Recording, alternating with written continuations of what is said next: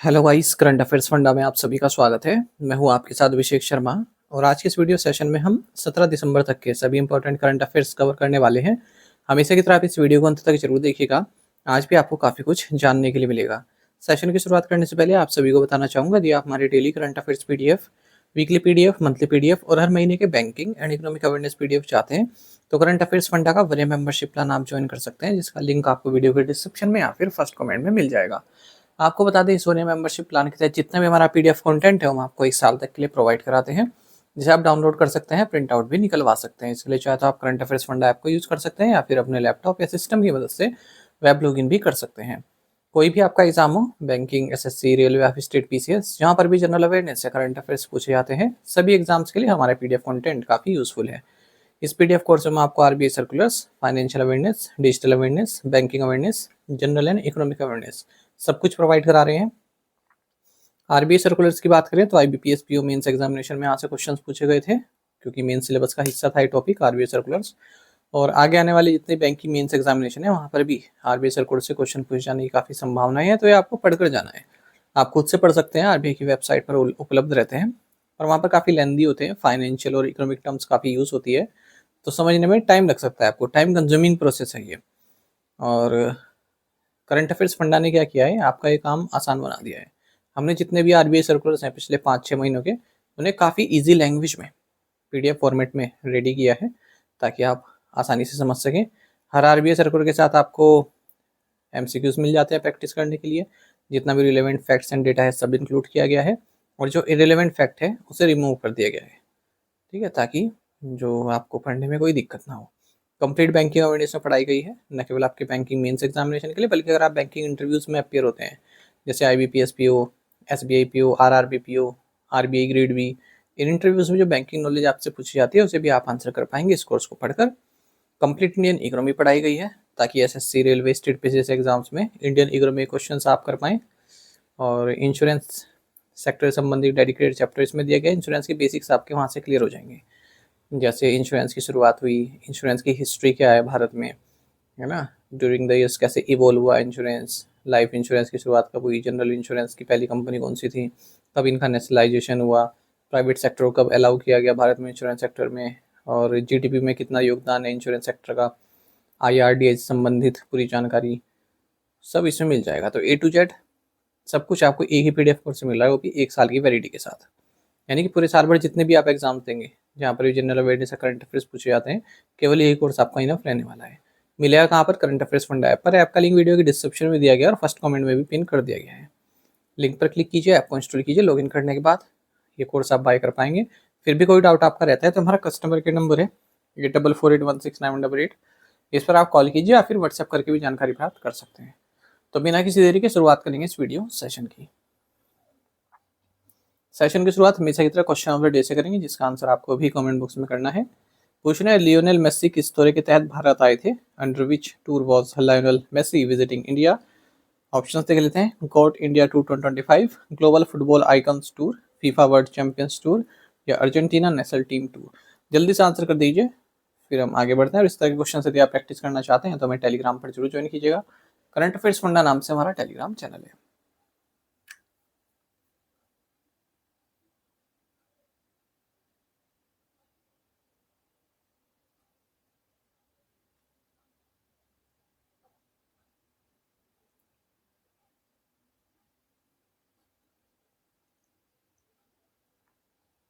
कौन सीखने की अक्षमता वाले पहले कलाकार बने जिन्होंने टर्नर पुरस्कार जीता है? Who became the first artist with a learning disability to win the Turner prize? Options आपके सामने है। सही आंसर ऑप्शन ए है, नीना कालू। तो ब्रिटिश आर्टिस्ट हैं नीना कालू, ये फर्स्ट आर्टिस्ट हैं, लर्निंग डिसेबिलिटी है इन्हें, जिन्होंने टर्नर प्राइज जीता है। और 10,000 पाउंड का इन्हें मॉनिटरी प्राइज मिला है। आपको बता दें, इनमें जो है लिमिटेड वर्बल कम्युनिकेशन की क्षमता है, कम ही बोल पाते हैं, समझने की कम क्षमता कम है। तो इन्हें जो प्राइज़ मिला है इनके कुकून लाइक स्कल्पचर के लिए मिला है, जो इन्होंने फैब्रिक से बनाया, उसको ट्विस्ट करके, सोल्ड करके, नॉट करके। 1984 में इस पुरस्कार की स्थापना की गई थी टर्नर प्राइज़ की। इंग्लिश पेंटर रहे एक, JMW टर्नर, उनके नाम पर ये एनुअली दिया जाता है, ठीक है, किसी भी ब्रिटिश आर्टिस्ट को जिसने ब्रिटेन में ही अपना कार्य किया हो। तो ये आर्टिस्ट हैं जिन्हें मिला है ये। नेना कालू, ठीक है। Vijay Diwas commemorates India's victory in which war? Vijay Diwas किस युद्ध में भारत की विजय का स्मरणोत्सव है? ऑप्शंस आपके सामने हैं। सही आंसर ऑप्शन सी है, इंडो पाक वॉर 1971। तो हर साल 16 दिसंबर को हम विजय दिवस मनाते हैं, इंडिया विजय दिवस मनाते हैं हम लोग।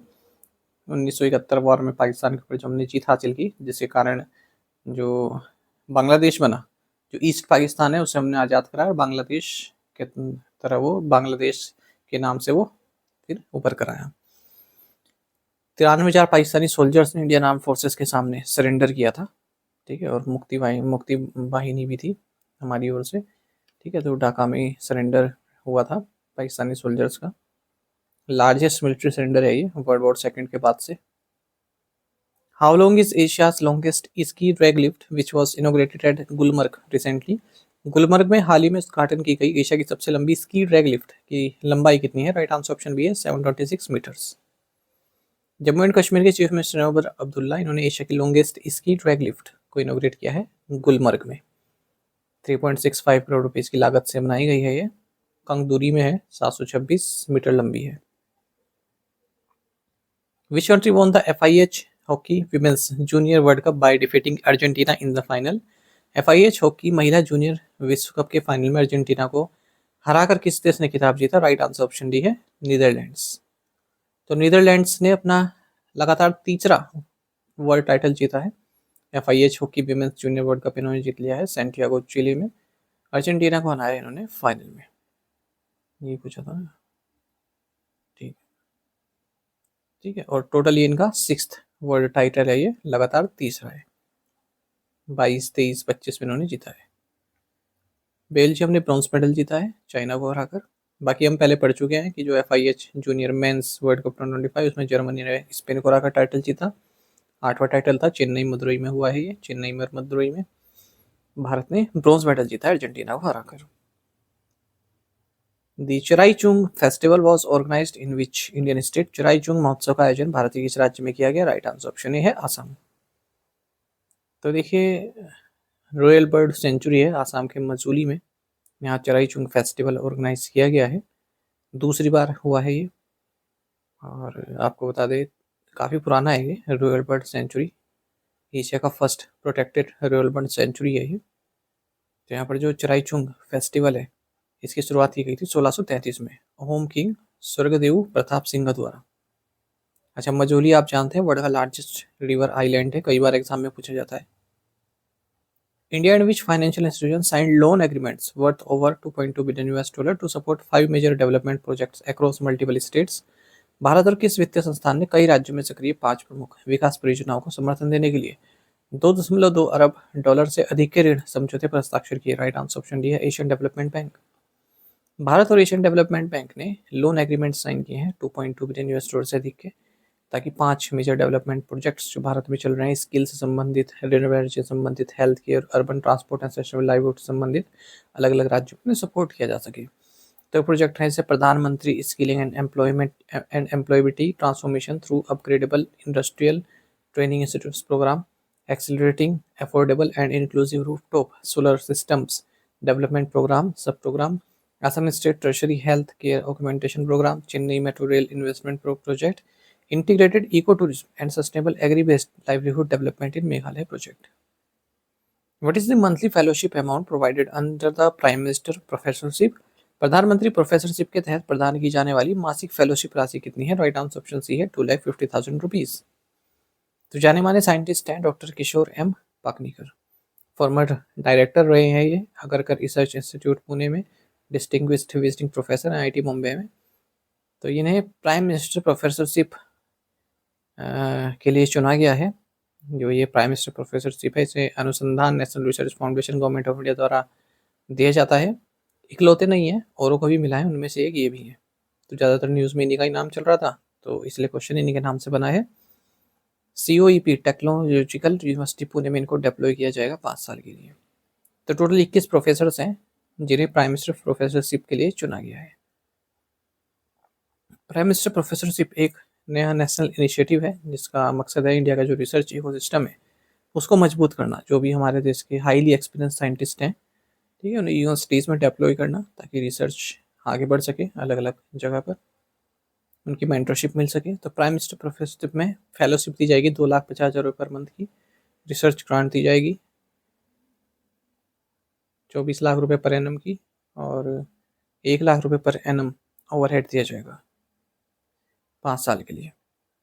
According to the World Inequality Report 2026, what percentage of India's national income is captured by the top 10% of earners? विश्व असमानता रिपोर्ट 2026 के अनुसार भारत का राष्ट्रीय आय का कितना प्रतिशत हिस्सा शीर्ष 10% आय अर्जित करने वालों के पास है? राइट आंसर ऑप्शन सी है 58%। तो इनकम इनइक्वालिटी भारत में हाईएस्ट है, मतलब अमंग हाईएस्ट है वर्ल्ड में, जो जिन कंट्रीज में ज़्यादा है इनइक्वालिटी, उनमें से एक भारत भी है। जो टॉप 10% अर्नर्स है ना हमारे देश में, जो कमाते हैं टॉप 10, हमारे देश का नेशनल इनकम का 58% तो उन्हीं के पास है, और जो बॉटम 50% है वो केवल 15% रिसीव करते हैं हमारी नेशनल इनकम का। ऐसा वर्ल्ड इनइक्वालिटी रिपोर्ट 2026 में कहा गया है, जिसे कई सारे इकोनॉमिस्ट द्वारा एडिट किया गया है। इनके नाम देख सकते हैं। वेल्थ इनइक्वालिटी भारत में काफ़ी ज़्यादा है। रिचेस्ट 10% के पास 65% टोटल वेल्थ है, टॉप 1% के पास 40% वेल्थ है। Average annual income per capita 6200 euros है।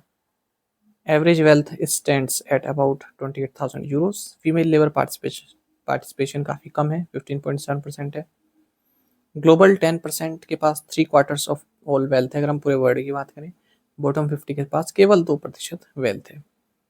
Top 1 in a billion 3% global wealth है इनके पास।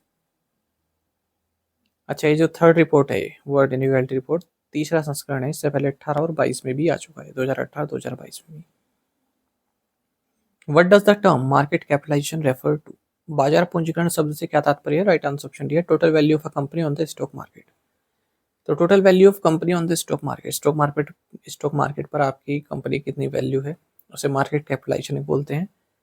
और कैसे प्राप्त की जाती है किसी कंपनी की मार्केट कैपिटलाइजेशन? जिसका करंट शेयर प्राइस है उसे total number of outstanding share से मल्टीप्लाई करके। इंडिया की 10 मोस्ट वैल्यूएबल लिस्टेड कंपनीज की बात करेंगे मार्केट कैपिटलाइजेशन के हिसाब से, तो रिलायंस इंडस्ट्रीज इंडिया की लार्जेस्ट कंपनी है मार्केट कैपिटलाइजेशन के हिसाब से, 20.774 लाख करोड़ रुपए। HDFC बैंक दूसरे नंबर पर है, भारतीय एयरटेल तीसरे नंबर पर है, फिर टाटा कंसल्टेंट सर्विसेज है चौथे नंबर पर, ICICI बैंक 5वें पर, स्टेट बैंक ऑफ इंडिया 6 पर है, इन्फोसिस 7th पर है, बजाज फाइनेंस 8 पर है, लार्सन एंड टोब्रो 9 पर है, LIC 10वें पर है। Which state became the first in India to complete 100% digitization of its electoral roll under the Special Intensive Revision (SIR)? विशेष गहन संशोधन के तहत अपनी मतदाता सूची का 100% डिजिटलीकरण पूरा करने वाला भारत का पहला राज्य कौन सा बना है? राइट आंसर ऑप्शन बी है राजस्थान। तो राजस्थान ने 100% डिजिटाइजेशन प्राप्त कर लिया है अपने इलेक्टोरल रोल के स्पेशल इंटेंसिव रिविजन के तहत, और पहला राज्य बना है इस तरह का काम करने वाला। देखिए कई बार आप देख रहे हैं कि चर्चा चली रही है कई टाइम से, खास करके बिहार इलेक्शन के टाइम से, जो SIR है स्पेशल इंटेंसिव रिविजन, ठीक है। तो article 324 of the constitution and section 21 of representative of people act 1952 के तहत इलेक्शन कमीशन ऑफ इंडिया को अधिकार प्राप्त है कि वो SIR कराता है। अब एक ऑब्जेक्टिव क्या होता है SIR का? ठीक है, कि आप जो इलेक्टोरल रोल है आपका, मतलब जो मतदाता सूची होती है उसकी इंटीग्रिटी बनी रहे, फ्री एंड फेयर इलेक्शंस आप करा सकें, कोई भी एलिजिबल वोटर वोट करने से ना छूटे, उसका नाम चढ़ जाए, और कोई भी जो इनएलिजिबल वोटर है वो इंक्लूड ना रहे, जो इनएलिजिबल है वो वोट ना दे, ठीक है। डेड पर्सन है, कोई शिफ्ट हो चुका है, एब्सेंटी वोटर है, उसका नाम एलिमिनेट करना। इससे पहले भी इंटेंसिव रिविजन हो चुके हैं 13 बार, देख सकते हैं आप। Which country hosted the 4th annual Quad Humanitarian Assistance and Disaster Response Tabletop Exercise and Strategy Meeting? किस देश ने चौथे वार्षिक क्वाड मानवीय सहायता और आपदा प्रतिक्रिया टेबलटॉप अभ्यास और रणनीति बैठक की मेजबानी की है? राइट आंसर ऑप्शन डी है यूनाइटेड स्टेट्स। तो यूनाइटेड स्टेट्स ने 4th annual quad humanitarian assistance and disaster response tabletop exercise और स्ट्रेटेजिक मीटिंग होस्ट की है होनोलुलु हवाई में। ऑस्ट्रेलिया, जापान, यूनाइटेड स्टेट्स और इंडिया ने इसमें पार्टिसिपेट किया है, क्वाड मेंबर है जो कि। What rank did Bengaluru achieve in the Seville's Tech Cities 2025 Top 30? Seville's Tech Cities 2025 Top 30 ranking में बेंगलुरु ने कौन सा स्थान प्राप्त किया? ऑप्शन सी राइट आंसर है 16। तो देखिए हम बात कर रहे हैं वर्ल्ड की टॉप टेक सिटीज की, ठीक है। तो सैन फ्रांसिस्को और न्यूयॉर्क, ये टॉप टेक सिटीज़ हैं पूरे वर्ल्ड में। पहले नंबर पर सैन फ्रांसिस्को, दूसरे नंबर पर न्यूयॉर्क। भारत की ओर से बेंगलुरु ने इसमें जगह बनाई है, बेंगलुरु की 16th रैंक है। ठीक है, तो ये जो इंडेक्स है ये है Savills tech cities 2025 top 30 index. Bengaluru 16 number पर है। बेंगलुरु को हम इंडिया का सिलिकॉन वैली भी कहते हैं, ज़्यादातर जो टेक कंपनीज है उनका हेडक्वार्टर्स यहीं पर है। विच IIT hosted the international conference on physics education? किस IIT ने भौतिकी शिक्षा पर अंतर्राष्ट्रीय सम्मेलन की मेजबानी की है? राइट आंसर ऑप्शन भी है IIT रोपड़। तो IIT रोपड़ ने international conference on physics education को होस्ट किया है अपने कैंपस में IISER मोहाली और Indian association of physics teachers के साथ मिलकर। 18 साल बाद भारत ने फिर से इसको होस्ट किया। इससे पहले 2005 में किया था, जब former president doctor Abdul Kalam जी द्वारा इसको इनोग्रेट किया गया था। Which city hosted the global AI show 2025? Global AI show 2025 की मेजबानी किस शहर ने की है? राइट आंसर ऑप्शन डी है आबू धाबी। तो आबू धाबी ने ग्लोबल AI शो 2025 को होस्ट किया है। थीम रहा AI 2031 accelerating intelligent future. National program of artificial intelligence द्वारा इसको सपोर्ट किया गया। साइबर सिक्योरिटी काउंसिल द्वारा इसको सपोर्ट किया गया। द जल शक्ति hackathon 2025 was launched along with which digital platform? जल शक्ति हैकाथॉन 2025 का शुभारंभ किस डिजिटल प्लेटफॉर्म के साथ किया गया? राइट आंसर ऑप्शन डी है भारत विन पोर्टल। तो यूनियन मिनिस्टर ऑफ जल शक्ति CR पाटिल ने जल शक्ति हैकाथॉन 2025 और भारत विन पोर्टल को लॉन्च किया है न्यू दिल्ली में। ठीक है, भारत का जो टारगेट है वाटर विजन एट 2047 उसी से अलाइन है ये। और जो ये पोर्टल है ये national platform Bharat win water innovation network का ही एक हिस्सा है। Which Bollywood actor was featured in the list of the 67 most stylish people of 2025 by the New York Times? New York times द्वारा 2025 के 67 सबसे स्टाइलिश लोगों की सूची में किस बॉलीवुड अभिनेता को शामिल किया गया है? राइट आंसर ऑप्शन डी है शाहरुख खान। बॉलीवुड एक्टर शाहरुख खान, ये जो 66 most stylish people of 2025 list जारी की गई है न्यूयॉर्क टाइम्स द्वारा, इसमें इनको शामिल किया गया है। Who has been honored with the Global Humanitarian Award for Animal Welfare? पशु कल्याण के क्षेत्र में वैश्विक मानवीय पुरस्कार से ये सम्मानित किया गया। राइट आंसर ऑप्शन भी है अनंत अंबानी। तो अनंत अंबानी को global humanitarian award for animal welfare सम्मानित किया गया है ग्लोबल ह्यूमन सोसाइटी के द्वारा। और ये यंगेस्ट और फर्स्ट एशियन बने जिन्हें ये अवार्ड दिया गया है वाशिंगटन DC में। आप जानते हैं कि वनतारा इन्होंने एक सेटअप किया हुआ है जो कि wildlife rescue and conservation initiative है। टू द पॉइंट क्वेश्चंस, उनके आंसर देखेंगे। Who took charge as member finance review board? Aparna Garg. Which footballer joined Indian origin founder Arvind Srinivas company Perplexity as an investor? Cristiano Ronaldo. Union minister Jyotiraditya Scindia unveiled the majestic 25 foot statue of the Maratha icon Chhatrapati Shivaji Maharaj in Athani Belagavi district, Karnataka. Which Indian wrestler reversed her decision to retire and announced that she would return to the mat to fight for the elusive medal at the Los Angeles Olympics in 2020? The answer is Vinesh Phogat. India's largest iron ore producer NMDC has signed MOU with which IIT to facilitate new initiatives in the areas of cybersecurity and promote the adoption of modern digital technologies including AI and machine learning across NMDC's operation? Answer is IIT Kanpur. To the point question देखें, इनके answer आपको भी करने हैं comment box में। Which country shut its border crossings with Thailand following the latest violence? लावा कलाम। The world's first museum dedicated to MF Hussain opened in which city? Google's project Suncatcher aims to start putting solar-powered data centers into space by which year? Pax Silica is a strategic initiative to build a secure, prosperous, and innovation-driven silicon supply chain led by which country?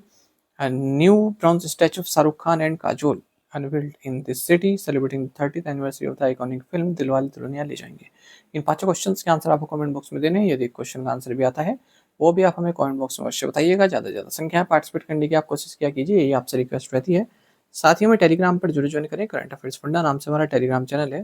Thank you guys.